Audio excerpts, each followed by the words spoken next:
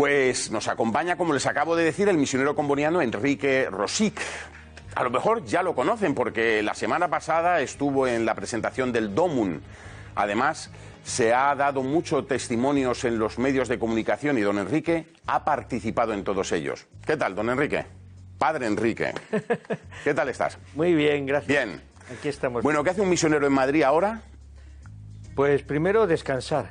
He venido de vacaciones 2 meses y si Dios quiere me vuelvo el mes que viene, en noviembre. En noviembre. Pero un descanso que ha quedado destrozado por el DOMUN, que tienes que participar en muchas actividades. Sí, pero bueno, eso es una actividad que se hace con gusto, porque digamos que es una manera de animar a la gente a que conozca lo que hacemos allí, lo que vivimos, y creo que es importante. Entonces uno se da con gusto. Padre Enrique, ¿dónde estás? Yo estoy en la diócesis de Dobá, en Chad, y llevo ya en el Chad desde 1981. En diferentes diócesis he trabajado ya. He trabajado en muchos lugares y en diferentes aspectos, ¿no? En parroquia rural, en parroquia urbana. He dado clases en el seminario, tengo una escuela de catequistas, o sea que he hecho diferentes actividades en... Sí.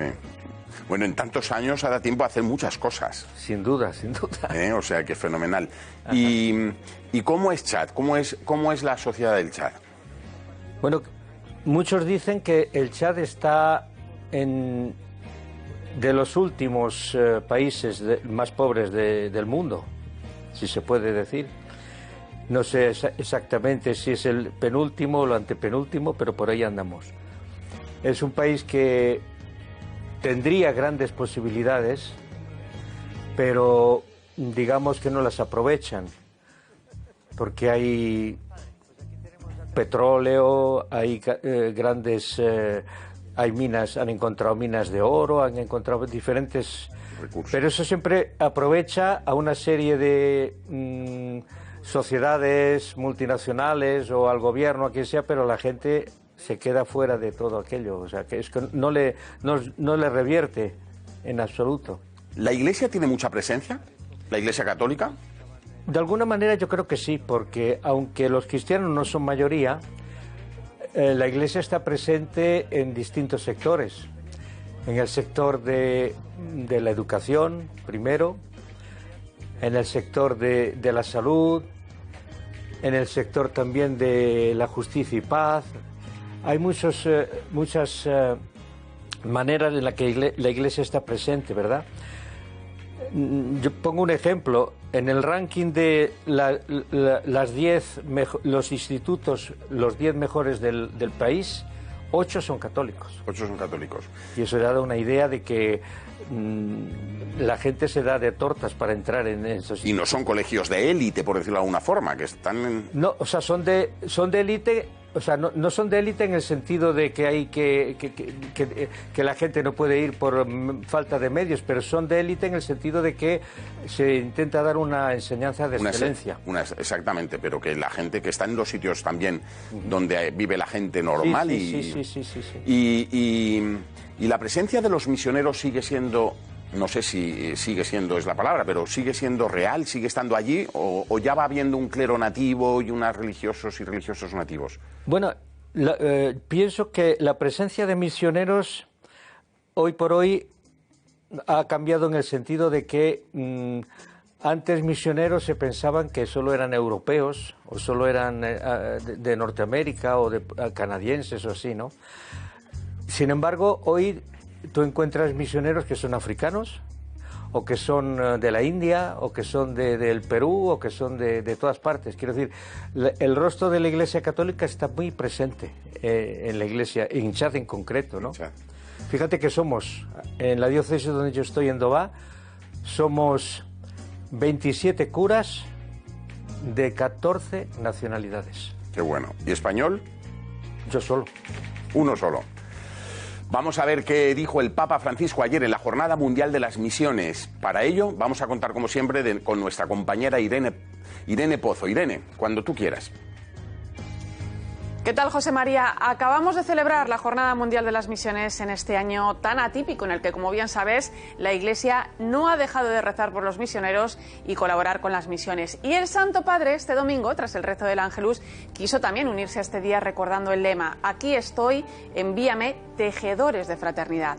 Una palabra, tejedores, que, como indicó el Papa Francisco, es hermosa porque todo cristiano está llamado a ser un tejedor de la fraternidad, de manera especial los misioneros y las misioneras. Por todos ellos pidió el Papa para que continúen su labor sembrando el Evangelio en el gran campo del mundo. Preciosas palabras y un momento muy especial el que se vivió este domingo, cuando el Santo Padre también pidió oraciones por los misioneros, catequistas y perseguidos secuestrados en el mundo. Y dio gracias a Dios por la tan esperada liberación del misionero italiano Pierluigi Macali, que fue secuestrado hace 2 años en Níger.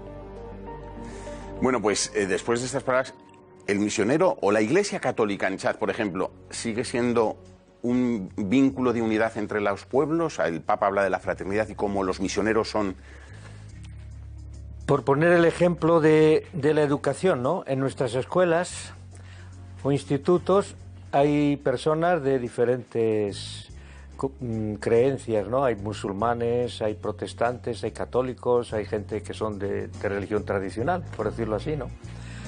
Y la Iglesia intenta siempre que las personas puedan vivir unidos, que creen lazos un poco porque hay que entender que en Chad se han vivido momentos muy duros de lucha, de tribalismo, etcétera, ¿no?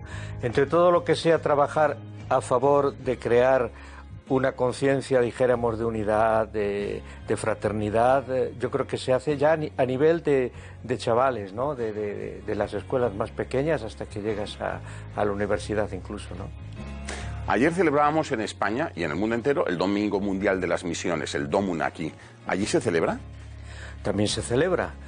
Nosotros intentamos que los cristianos del Chad también comprendan que lo del DOMUN es todas las iglesias dan su grano de arena, dijéramos, y que luego pues se reparte según las necesidades. Pero cada año nosotros explicamos a los cristianos cuánto han aportado ellos y cuánto reciben, para que se den cuenta que hay bastante diferencia. ¿Se recibe dinero entonces? Claro que sí. Puede haber para el seminario, para una iglesia, quiero decir, hay muchos proyectos que a veces, gracias al DOMUN, a las OMP, etcétera, se recibe y se pueden llevar adelante gracias a eso. ¿Y la gente entiende eso, los fieles que tú tienes en tus parroquias? ¿Entienden el estilo?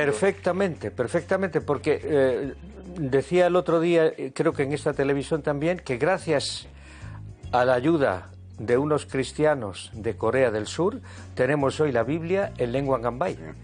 Entonces, la gente comprende que, bueno, nosotros hemos tenido la suerte de recibir la palabra de Dios en nuestra lengua gracias a otros cristianos que no conocemos personalmente, pero que los sentimos cercanos porque nos han ayudado a algo tan importante, ¿no? Tan esencial. Una pregunta así indiscreta. ¿Cuántos idiomas sabe el padre Enrique? Bueno, saber... Allí en el Chad hay muchas lenguas. Muchas lenguas. Muchas lenguas. Yo ahora allí en la diócesis donde estamos nosotros se habla el gambay, pero en otras misiones donde he estado antes se hablaba otras lenguas, el sar, por ejemplo, el beyonde, hay varias lenguas. Y el francés también. Como lengua de idioma, o sea que un montón. Sí, porque el francés es, si quieres, la lengua de comunicación en las escuelas, el árabe... Organismos oficiales. También. El árabe también se utiliza, yo no hablo el árabe, pero también se utiliza a nivel del mercado, sobre todo. Ajá. Pero sobre todo con la gente es la lengua de allí, el gambay o el sar o el que sea, ¿no? O sea que cuando uno va a un sitio de estos tiene que aprender mucho. Yo decía que es como si uno naciera de nuevo, porque tienes que empezar desde el principio a saber cómo se llama esto y cómo se llama aquello. Y aprender con mucha humildad, aunque te creas que lo sabes, no lo sabes. Y que te corrigen, y ellos son muy... Te lo dicen con mucha discreción, con mucha amabilidad también, pero te corrigen para que lo hables mejor, claro. Claro. Y entonces, Yo hay una cosa que siempre digo, que cuando uno está en África, lo que uno descubre es que el pueblo está sediento de Dios. Sí. El pueblo africano es un pueblo religioso, básicamente. Nosotros no es que le descubramos a Dios, descubrimos el rostro del Padre de Jesús, si quieres, ¿no? A Jesús, y a través de Jesús conocen a Dios de otra manera. Pero el pueblo africano en sí es un pueblo religioso, muy profundamente religioso. Y tanto es así que ellos, por ejemplo, cuando llega una persona extranjera que no conocen, ellos dicen que los manda Dios. Y entonces te tratan con amabilidad, con cariño y tal. Eso es su tradición, ¿no? Porque dicen, un extranjero nos puede dar una palabra que nos viene de Dios y es una palabra importante. Y por consiguiente nos interesa escucharle, nos interesa estar atentos a lo que nos dice, ¿no? Y eso ya como base tradicional. Evidentemente luego viene el conocimiento de lo que es la fe cristiana, ¿no? Pero eso ya te da, si quieres, como una especie de base muy importante. De plataforma. Claro. ¿Hay vocaciones en Chad? ¿Hay jóvenes que se deciden a seguir a Jesucristo en la vocación sacerdotal o religiosa? Sí. Hay, por ejemplo, el seminario interdiocesano de SAR, que se llama el seminario de Zambaga. Actualmente hay ahora 110 seminaristas. 110. Es el seminario mayor de filosofía. Hay 2 seminarios allí interdiocesanos. Uno es el de filosofía, que hay 110, y luego está el de teología en Yamena, en Bacará, que es un barrio de allí de Yamena. Y esos son todos seminaristas diocesanos de las diferentes diócesis. Pero luego hay también vocaciones para combonianos, para jesuitas, para capuchinos, etcétera. Qué bueno. Las chicas hay también, pero un poquito menos. Porque cuesta más. No lo sé si es porque no hay que olvidar que el Chad también es la iglesia más joven de África. Entonces falta todavía una cierta tradición, dijéramos, de cristiana, se está creando. Yo he conocido la primera generación, ¿no? Entonces hay que ver que romper, si quieres, con una idea que la mujer es fundamentalmente madre y es la que da a luz, etcétera. Romper con eso para optar por una vida de célibe, pues es muy difícil, así de golpe, y sobre todo a nivel de las mujeres es un poquito más difícil, pero hay también vocaciones, un poquito menos. Los misioneros son enviados para prestar un servicio a la Iglesia Universal, y desde España no son pocos los que han dado el sí a la misión. ¿Verdad, Glaisis? Bienvenida por estar con nosotros. Muchísimas gracias, José María. Por supuesto que son muchos los hombres y las mujeres que entregan su vida para anunciar el Evangelio. Actualmente están en activo 7.792.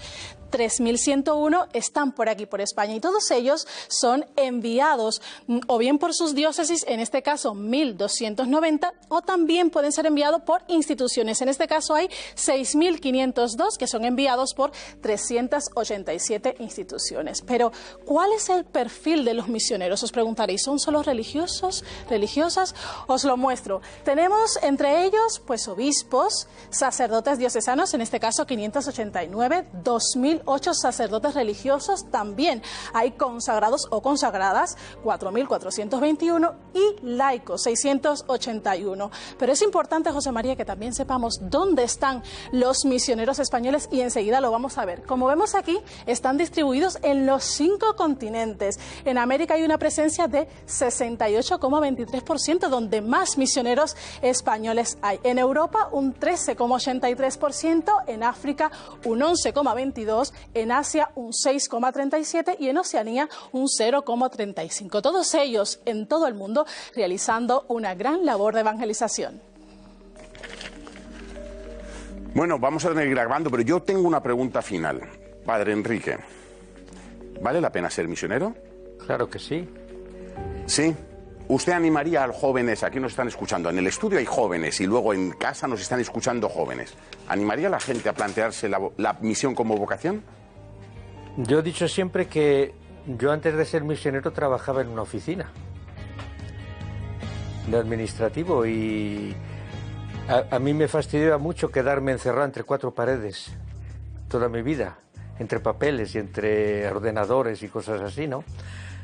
Y cuando Dios me llamó y me planteé de salir de mi país y de lo que conocía para irme a África, pues he descubierto que mi vida es una vida riquísima, llena de aspectos que son extraordinarios, maravillosos, ¿no?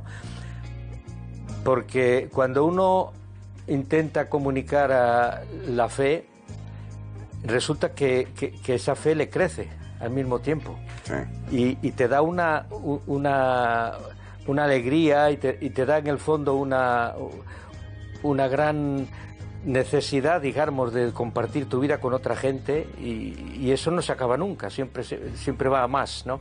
Entonces yo lo que sí que digo es eso, que si hay gente que está como medio dudando, es que no sé, porque a veces no conoces bien el paso que vas a dar, qué es lo que va a pasar, yo digo que se animen porque verdaderamente vale la pena. Es más lo que recibes que lo que das muchas veces, y al final vale la pena, porque lo digo, ¿no? Yo ahora actualmente, yo ya tengo una cierta edad, pero sigo siendo misionero y pienso que seguiré siendo misionero hasta que el cuerpo aguante. Pues muchísimas gracias, Padre Enrique. Fenomenal.